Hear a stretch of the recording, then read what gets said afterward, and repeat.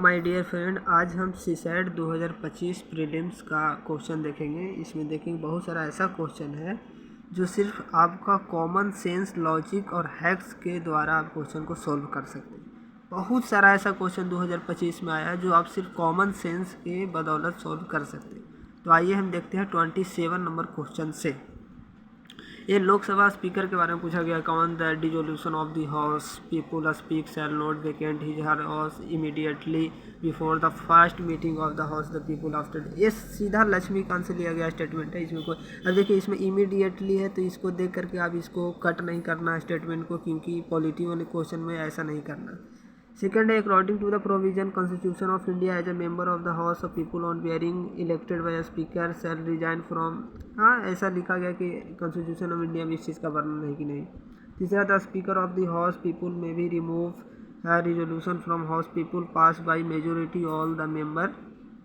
ठीक है, स्पीकर को पास कर मेजोरिटी ऑल द मेंबर। लेकिन अब सेकंड नंबर जो ऑप्शन, इस पर आप थोड़ा सा गौर कीजिए कि according to the provision of constitution of India as a member of the house on being elected speaker shall resign. देखो, स्पीकर अगर रिजाइन करेगा, ऐसा कॉन्स्टिट्यूशन ऑफ इंडिया में कहीं भी चर्चा नहीं किया गया है।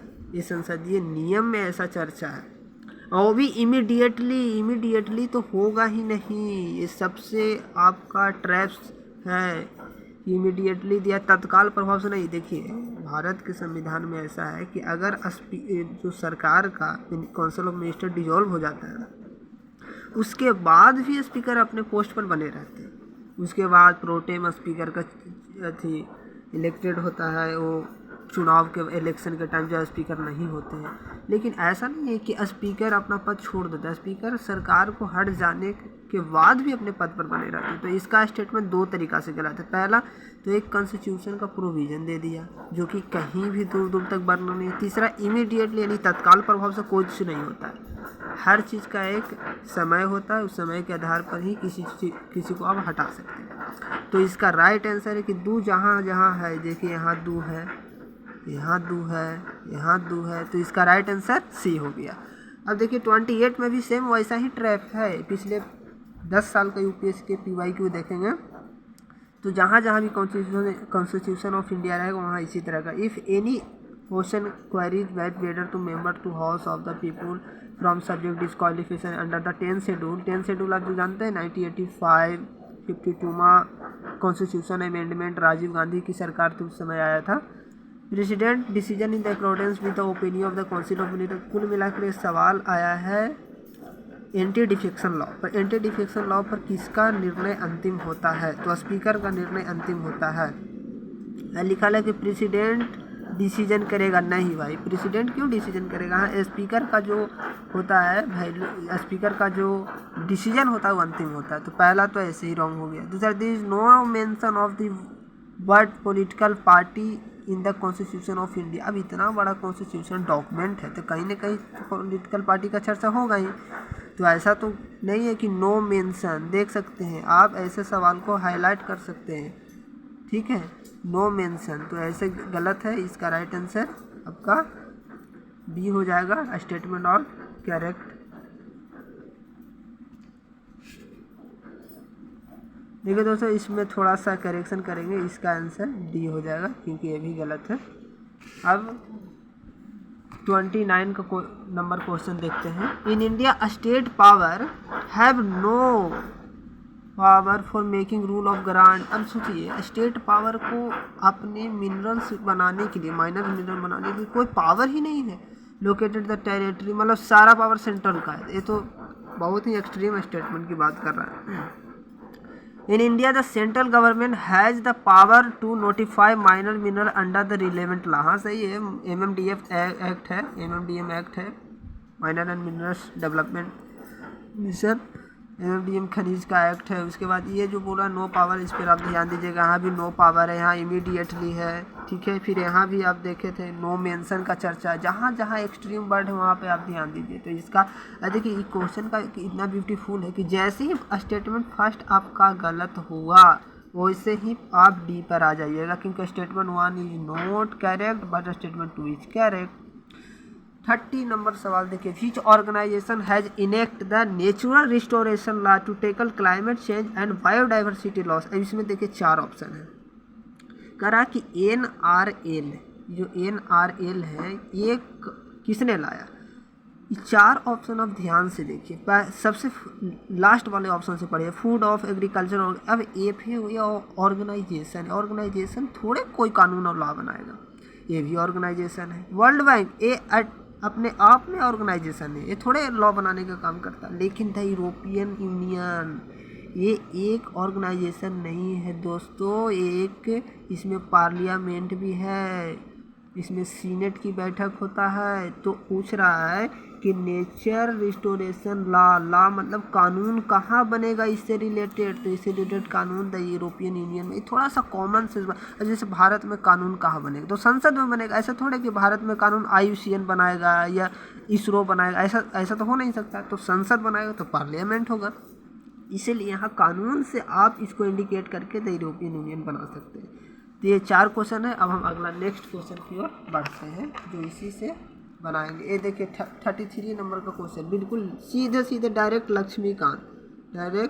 लक्ष्मीकांत से आया है। Which reference the inter state council, the national security council, zonal council. देखिए इंटर स्टेट काउंसिल की चर्चा आर्टिकल 263 में करा, किसका चर्चा। यहाँ देखिए क्वेश्चन ऊपर में, how many of the above were establish for the provision of constitution of India. ये जरूर ध्यान रखिएगा कि कॉन्स्टिट्यूशन में किसका चर्चा है। Only 1, only 2, only 3, none. अब देखिए यहाँ पे जब हम इसका आर्टिकल लिखे 263 तो इसका ही चर्चा होगा। National security council, zonal council, इसका चर्चा नहीं है, ये स्टैच्यूअरी बॉडी के तरह है, इसका कोई चर्चा नहीं। तो इसका राइट आंसर क्या हो जाएगा, यहाँ देख लीजिए एक बार ऑप्शन की ओर, इसका राइट आंसर हो जाएगा ओनली है। अब 34 क्वेश्चन देखिए, इसमें भी सेम ही बात कहा गया है। The constitution of India explicitly mention in the certain sphere of the governor. Dictionary power जो होता है ना गवर्नर का, जो विवेकाधीन शक्ति, उसका क्या मेंशन है हमारे संविधान में। तो हाँ मेंशन है, आप पढ़ते भी होंगे आर्टिकल 161, 163, ये सब में गवर्नर का चर्चा है।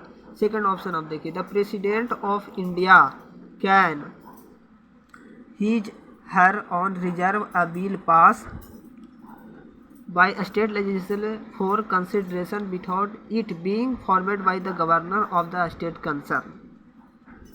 देखिए ऐसा नहीं है कि जब गवर्नर होता है वो अगर राज्य सरकार के द्वारा कोई ऐसा बिल नया संगत नहीं है तो गवर्नर प्रेसिडेंट के लिए उस बिल को रिजर्व कर सकता है। आर्टिकल 200 के तहत इस संविधान में लिखा हुआ है।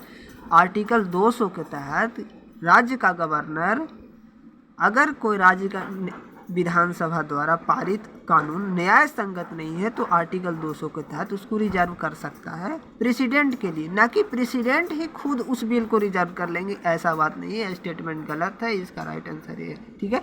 लेकिन आप पूछिएगा कि अच्छा आर्टिकल 200 के तहत कोई समय सीमा है राज्यपाल जो बिल को रिजर्व करेंगे। भाई इसका कोई समय सीमा नहीं है, कोई टाइम लिमिट नहीं है, कभी भी राष्ट्रपति को भेज सकते हैं, इसका कोई तय सीमा नहीं। तो ये सवाल बीपीएससी 67वीं में आया था कि आर्टिकल 200 के तहत क्या राज्य के गवर्नर की तय सीमा निर्धारित है। तो यहाँ आंसर होगा कोई निर्धारित सीमा नहीं है।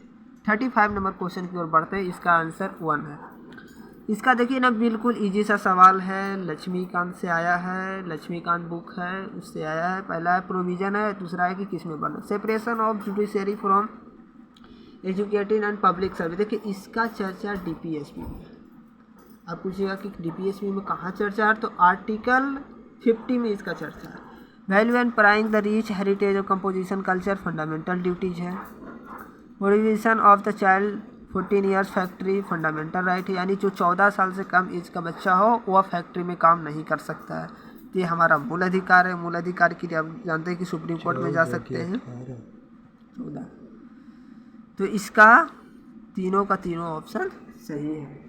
अब हम कुछ क्वेश्चन और देख लेते हैं। जैसे यहाँ पर देखिए अब देखिए ऐसा क्वेश्चन है जो किसी ने भी नहीं पढ़ा होगा कि इस बोर्ड का मिनिस्ट्री कौन है। आप पिछले 5 साल का पेपर यूपीएससी का देखिए, हर समय यूपीएससी मिनिस्ट्री को गलत करता है। अब देखिए 3 क्वेश्चन है, ऐसा ही क्वेश्चन एग्जाम में आया था। The nation automatic board, the core board, the national centre for trade information, तीनों के सामने मिनिस्ट्री है। आपको देखने के बाद आश्चर्य होगा तीनों का मिनिस्ट्री गलत है, यानी इसका आंसर डी हो जाएगा। मतलब मिनिस्ट्री हमेशा constitution of define, no power, no limitation, ऐसा एक्सट्रीम वर्ड आवे तो आप ध्यान से इसको पढ़िएगा क्योंकि गलत होता है। 40 नंबर क्वेश्चन देखिए। अब इस क्वेश्चन को हम क्यों दिखा रहे हैं, क्योंकि इसमें 4 ऑप्शन है और ये सवाल 2019 में आया था। 2019 में आया था क्या, 2019 में आया था NGRB। NGRB क्या होता है, नेचुरल गैस रेगुलेटरी बोर्ड। इसके फंक्शन पूछा था 2019 PYQ में, आप खोल करके इसको देख सकते हैं अभी भी। इसमें जो पूछा था तो इसमें क्या पूछा था, production of crude oil, production of natural gas, इस चीज़ का चर्चा था उसमें। आप इसका आंसर ओनली 2 होगा। इसका चर्चा नहीं था, रिफाइनरी स्टोरेज का चर्चा नहीं था क्योंकि ये क्रूड ऑयल से रिलेटेड है। मेकिंग सेल पेट्रोलियम प्रोडक्ट का वहाँ कोई चर्चा नहीं। एक इस क्वेश्चन, इस टाइप का जब क्वेश्चन आता ना कि 4 ऑप्शन है इसमें कैसे मारे, अगर आपको कुछ समझ में नहीं आ रहा तो इसका ऑप्शन होता है 4/2। कुछ नहीं होता है तो 4 का 2 मार के चल जाइए, 5 का 3 मार के चल जाइए। मतलब इस तरह से आप लॉजिक लगा सकते हैं। हाँ, ये अलग बात है कि हर जगह अप्लाई नहीं होगा, पर ये PYQ से रिलेटेड भी है, लॉजिक भी काम कर रहा है, तो इसको आप गेन कर सकते हैं 2 मार्क्स इजीली। और कोई क्वेश्चन इधर है, एक लास्ट क्वेश्चन और देख लेते हैं हम। ये consider a beam statement are respected of BIMSTEC. It is a regional organisation consistence 7 members state till January 2025। इसके बारे में कोई मालूम नहीं है। इट का एग्जिस्टेंट ढाका डिक्लेरेशन। देखिए दोस्त, ये बैंकॉक डिक्लेरेशन से बना था, तो ये तो ऐसे ही गलत है। अब दो जहाँ जहाँ है उसको हटा दीजिए। सारा खेला 1-4 और 1 के बीच में। देखिए 1-4 बचा, 1 बचा, यानी इससे क्या प्रूफ हो गया कि 1 तो मेरा ऑटोमेटिक सही है, 1 ऑटोमेटिक सही है। अब सारा खेला हम 3rd नहीं देखेंगे, सीधे 4 देखेंगे। In BIMSTEC the sector of tourism is being led by India, तो नहीं, इसका कोई चर्चा नहीं है, यानी राइट आंसर डी हो जाएगा। तो आज इस वीडियो में जितने सवाल का चर्चा किए आप देख सकते हैं कि किस तरह से चर्चा किया गया है इस क्वेश्चन को, किस तरह से लॉजिक, हैक्स और आप एक कॉमन सेंस के जरिए इस क्वेश्चन कर सकते हैं। आज का डिस्कशन कैसा लगा आप कमेंट बॉक्स में ज़रूर अपना कमेंट कीजिएगा, और अगला लेक्चर के लिए भी हम कल इसी तरह का वीडियो डालेंगे। फर्स्ट लेक्चर का वीडियो ऑलरेडी डाला गया है, आज सेकंड लेक्चर है। आप लोग ज़रूर देखिए, कमेंट साझा कीजिए। जय हिंद, जय भारत।